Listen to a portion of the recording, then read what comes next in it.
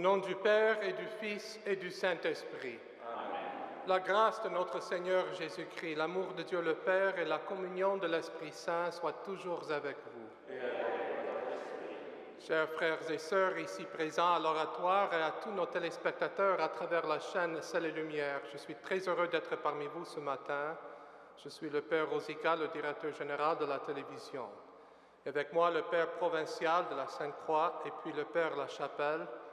Nous sommes ici pour commémorer aujourd'hui la fête de Saint Benoît, patron de l'Europe, patron bien sûr du pape Benoît XVI, patron d'unité pour l'Église. Demandons pardon pour tous nos péchés.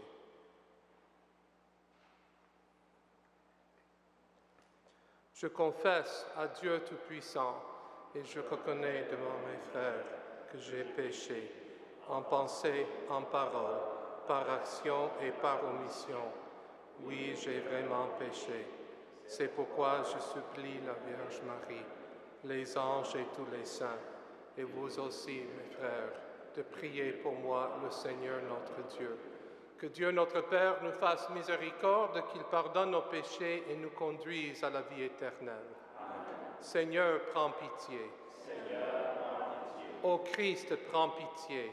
Ô Christ, prends pitié. Seigneur, prends pitié. Seigneur, prends pitié. Prions. Dieu qui a fait de Saint Benoît un maître spirituel pour ceux qui apprennent à te servir, permets-nous, t'en prions, que sans rien préférer à ton amour, nous avancions d'un cœur libre sur les chemins de tes commandements. Par Jésus-Christ, ton Fils, notre Seigneur, qui vit et règne avec toi et le Saint-Esprit, pour les siècles des siècles. Amen.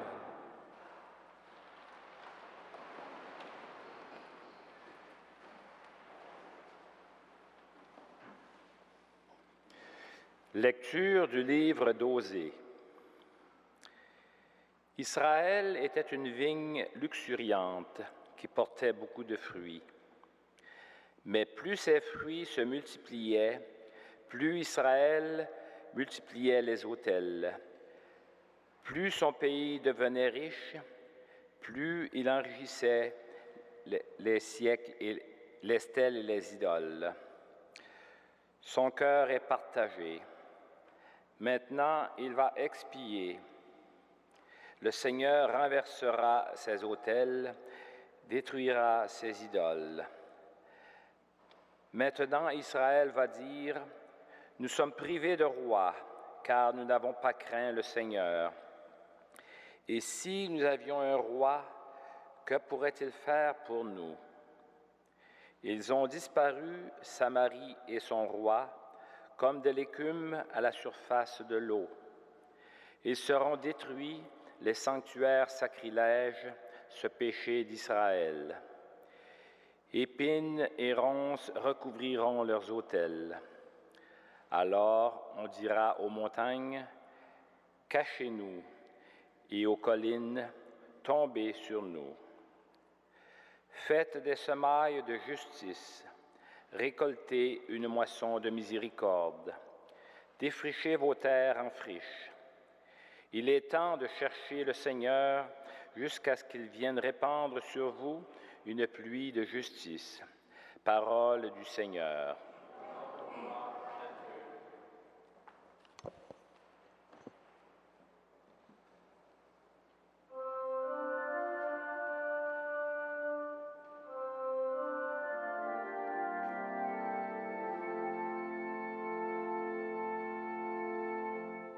Sans nous lasser, cherchons la face du Seigneur. Sans nous lasser, cherchons la face du Seigneur.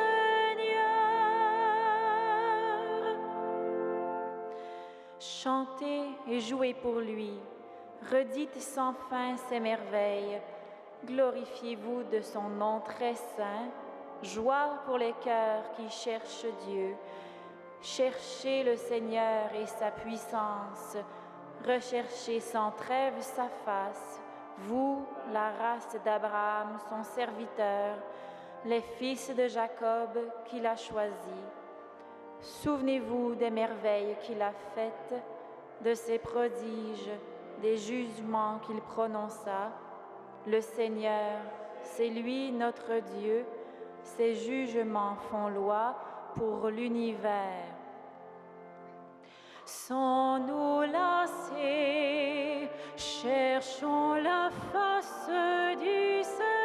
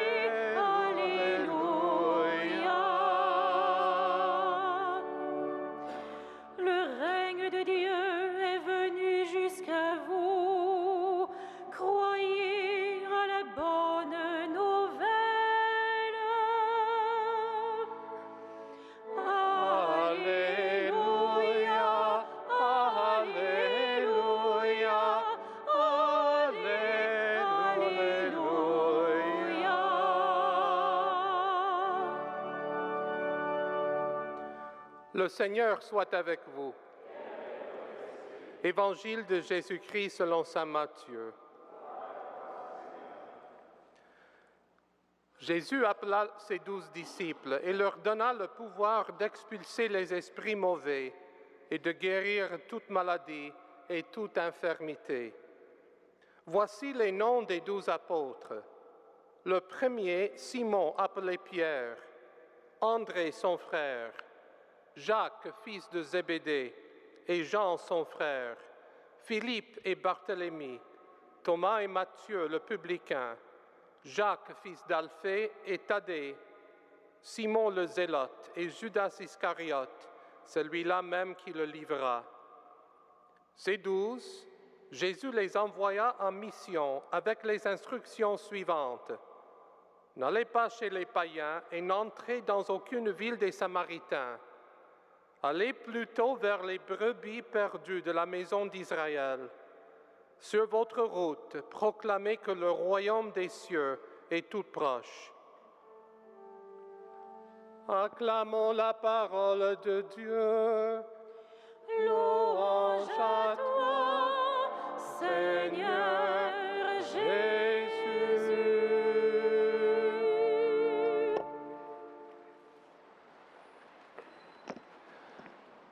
Chers frères et sœurs, c'est un privilège pour moi de venir de temps en temps à Montréal pour être lié, connecté avec vous, notre communauté priante à l'oratoire.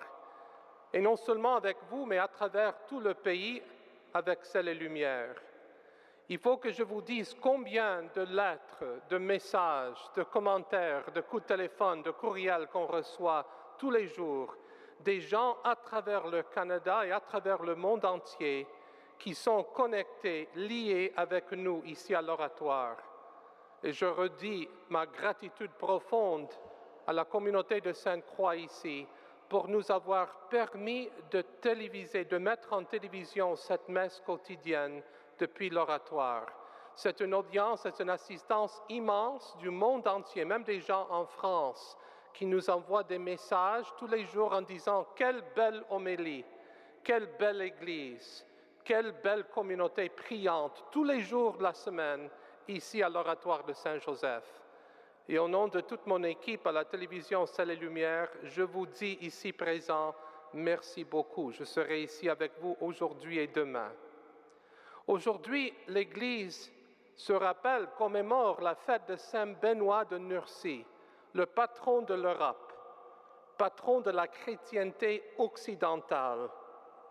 Nous connaissons très bien son histoire. Il s'établit en 534 à Monte Cassino, en Italie, Mont-Cassin, un monastère dans lequel il rédigera sa célèbre règle monastique de Saint-Benoît jusqu'à sa mort en 547. Cette règle décrit la vie spirituelle et matérielle des moines, ainsi que l'organisation magnifique du monastère, en faisant preuve d'une grande compréhension de la psychologie humaine. C'est ça qui m'a toujours attiré à la vie bénédictine de Benoît. Parce que moi, si je n'étais pas père basilien, comme je suis membre d'une communauté religieuse, je me demande quelquefois si j'avais connu les bénédictins avant, si je ne serais pas dans un monastère bénédictin aujourd'hui. Et au Canada, nous avons la grande joie, le privilège d'avoir 2 grands monastères bénédictins, à l'ouest et à l'est. À l'ouest, à Vancouver, à Mission, British Columbia, dans le monastère qui s'appelle Westminster Abbey. Très belle communauté bénédictine de langue anglaise, avec beaucoup de vocation. Et bien sûr, pas loin d'ici, l'autre communauté, l'autre pôle de ce pays, à Saint-Benoît-du-Lac. Et aujourd'hui, nous sommes liés avec ces 2 belles communautés qui sont en train de prier pour tout le pays du Canada. En introduisant une règle monastique qui est très, très bien équilibrée, fondée sur la réhabilitation du travail manuel et du travail intellectuel, et en invitant aussi ces moines à redécouvrir l'héritage intellectuel de l'Antiquité, Saint Benoît a ouvert la voie à un monde nouveau. Même s'il vivait dans le 6e, c'est quelqu'un contemporain pour nous aujourd'hui. Et le pape Grégoire le Grand s'employera à diffuser cette règle dans le monde entier. J'aimerais bien citer quelques points de son règle de Benoît pour ces moines qui sont très, très importants pour notre monde aujourd'hui. Et souvent, moi, je prends note et puis je cite ces règles parce que je travaille un peu dans le monde de business, le monde d'affaires avec mon travail. Et combien de fois j'appuie sur la règle de Saint Benoît pour nos jours aujourd'hui. L'objectif de cette règle est de parvenir à la sainteté en laissant la grâce de Dieu agir progressivement en soi. Pas un éclat tout à la fois, mais progressivement en soi. Et ça, c'est très important, surtout pour nous qui travaillons aujourd'hui avec les jeunes. Il faut travailler progressivement pour voir passer la grâce de Dieu chez ces jeunes. L'autre point très important de règle de Saint Benoît, ce grand saint d'aujourd'hui, c'est la nécessité du silence pour laisser parler Dieu. Et combien le monde a besoin de ce silence. On n'a qu'à regarder les gens aujourd'hui. Tout le monde est en train de lire son petit téléphone, son ordinateur, son iPhone, tous les jouets possibles aujourd'hui, et tout le bruit qui entre dans notre système qui nous empêche à reconnaître Dieu et écouter Dieu. Et Benoît nous rappelle, le silence est très important parce que c'est dans le silence où Dieu nous parle. Frère André nous a enseigné la même chose. La règle de Saint Benoît distille en fait certains concepts étonnamment modernes qui font aujourd'hui encore référence en matière de management. Les gens qui travaillent dans les banques et dans la bourse ont nécessité, c'est très important pour qu'eux, ils découvrent les règles de Saint Benoît. Le fait que le travail quotidien soit clairement réparti.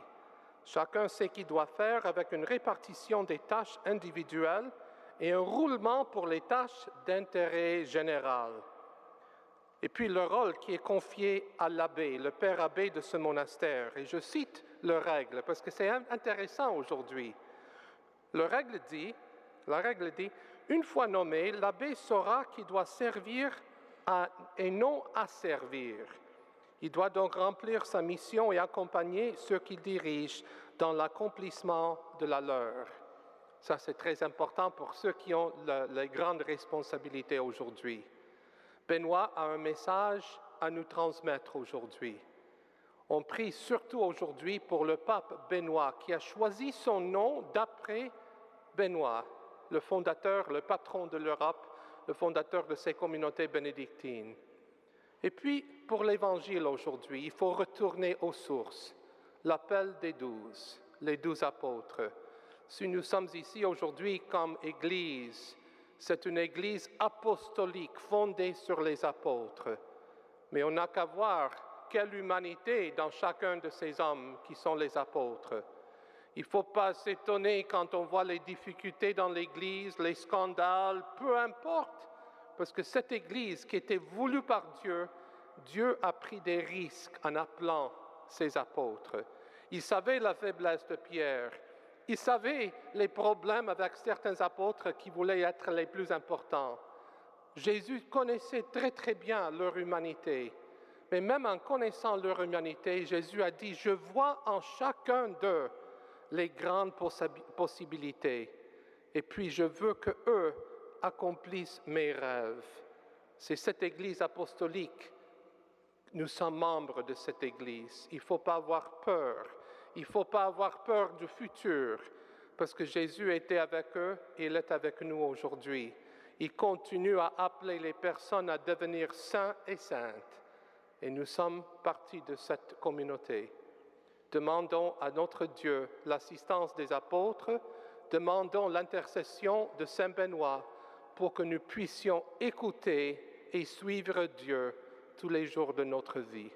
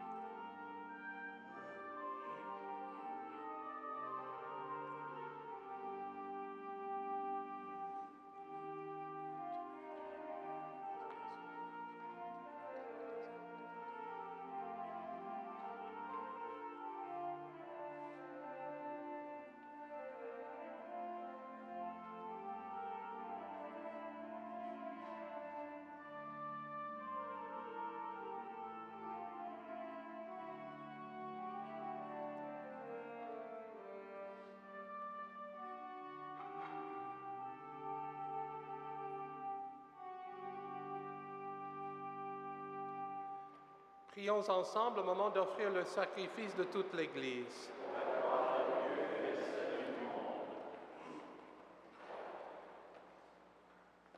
Seigneur, regarde avec bienveillance les offrandes que nous te présentons à la fête de Saint Benoît. Fais qu'à son exemple, et ne cherchant que toi, nous trouvions à ton service les dons de l'unité et de la paix. Par Jésus-Christ notre Seigneur. Amen. Le Seigneur soit avec vous. Élevons notre cœur. Rendons grâce au Seigneur notre Dieu. Vraiment, il est juste et bon de te rendre gloire, de t'offrir notre action de grâce toujours et en tout lieu. À toi, Père très saint, Dieu éternel et tout-puissant. Car tu es glorifié dans l'assemblée des saints, lorsque tu couronnes leurs mérites, tu couronnes tes propres dons. Dans leur vie, tu nous procures un modèle, dans la communion avec eux une famille, et dans leur intercession un appui, afin que, soutenus par cette foule immense de témoins, nous courions jusqu'au bout toutes les preuves que nous est proposées, et recevions avec eux l'impérissable couronne de gloire par le Christ notre Seigneur. C'est par lui que les anges célèbrent ta grandeur, que les esprits bienheureux adorent ta gloire, que s'inclinent devant toi tes puissances d'en haut, et tressaillent d'une même allégresse les innombrables créatures des cieux. À leur hymne de louange, laisse-nous joindre nos voix pour chanter et proclamer.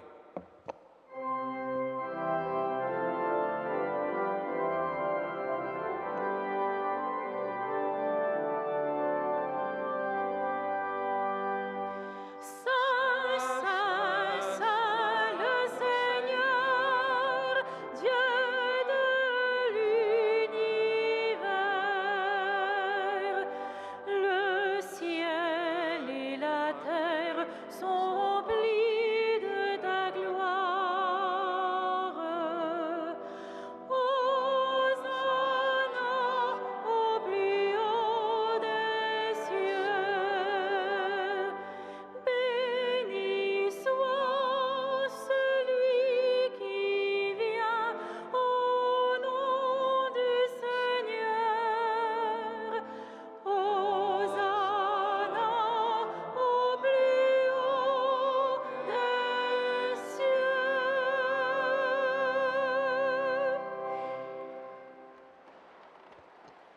Toi qui es vraiment saint, toi qui es la source de toute sainteté, Seigneur, nous te prions. Sanctifie ces offrandes, répandant sur elles ton esprit, qu'elles deviennent pour nous le corps et le sang de Jésus-Christ, notre Seigneur. Au moment d'être livré et d'entrer librement dans sa passion, il prit le pain, il rendit grâce, le rompit et le donna à ses disciples en disant, « Prenez et mangez-en tous. Ceci est mon corps, livré pour vous. »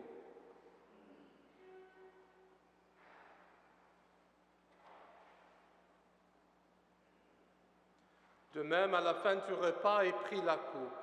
De nouveau, il rendit grâce, la donna à ses disciples en disant, « Prenez et buvez-en tous, car ceci est la coupe de mon sang, le sang de l'alliance nouvelle et éternelle, qui sera versé pour vous et pour la multitude en rémission des péchés. Vous ferez cela en mémoire de moi. »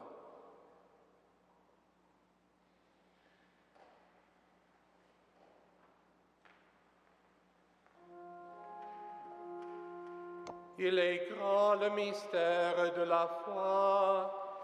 Nous proclamons ta mort, Seigneur Jésus. Nous célébrons ta résurrection. Nous attendons ta venue dans la gloire.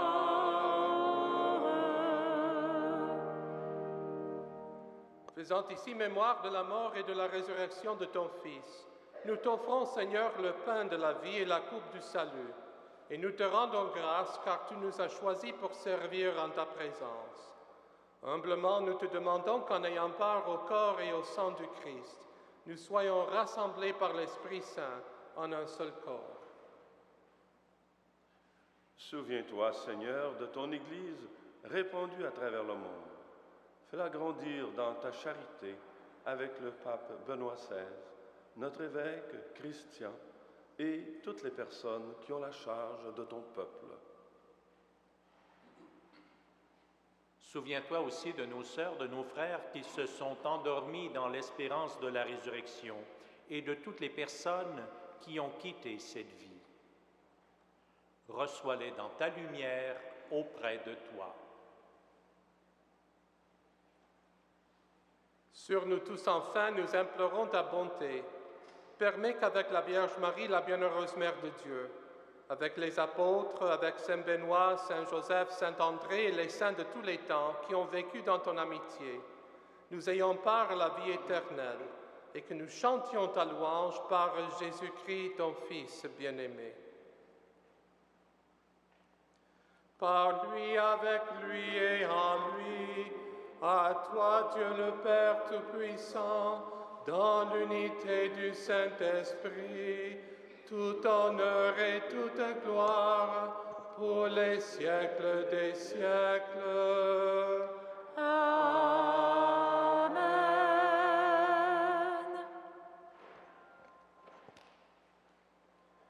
Comme nous l'avons appris du Sauveur et selon son commandement, nous osons dire, Notre Père, qui es aux cieux, que ton nom soit sanctifié, que ton règne vienne, que ta volonté soit faite sur la terre comme au ciel. Donne-nous aujourd'hui notre pain de ce jour. Pardonne-nous nos offenses, comme nous pardonnons aussi à ceux qui nous ont offensés. Et ne nous soumets pas à la tentation, mais délivre-nous du mal. Délivre-nous de tout mal, Seigneur, et donne la paix à notre temps. Par ta miséricorde, libère-nous du péché. Rassure-nous devant les épreuves en cette vie où nous espérons le bonheur que tu as promis et l'avènement de Jésus-Christ, notre Sauveur. C'est à toi qu'appartiennent le règne, la puissance et la gloire pour les siècles des siècles. Seigneur Jésus-Christ, tu as dit à tes apôtres, « Je vous laisse la paix, je vous donne ma paix. » Ne regarde pas nos péchés, mais la foi de ton Église. Pour que ta volonté s'accomplisse, donne-lui toujours cette paix et conduis-la vers l'unité parfaite, toi qui règnes pour les siècles des siècles. Amen. Que la paix du Seigneur soit toujours avec vous. Frères et sœurs, dans la charité du Christ, donnons-nous la paix.